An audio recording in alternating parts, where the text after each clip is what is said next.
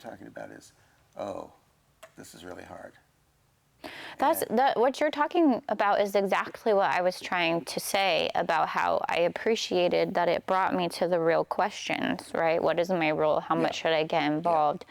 And that's where I felt, I don't know, self-compassion or understanding from being my internal observer about why I was caught in that.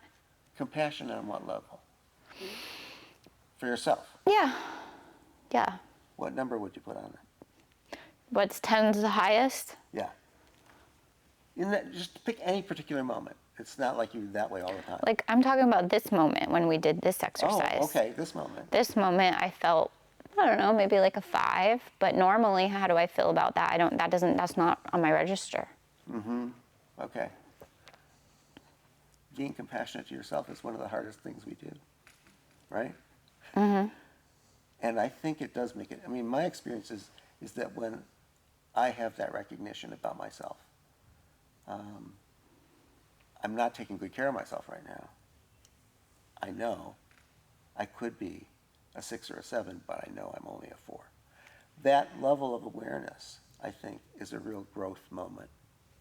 Just acknowledging it. Having a word for the feeling, having a word for the value, and a word for doing something. Even that I choose not to do. But it's there in your mind, and it's something that helps you to grow into a possibility of doing that some other time. Definitely. Because it's conscious. It's not just something swirling around in the background of your life. And I think it orients your priorities a little bit more. Yes, very much so. And in this case, it made me feel a little bit more comfortable with being in the gray and not seeing it as stuck. That's great. Say that again. It made me feel... How's that? Say that another way.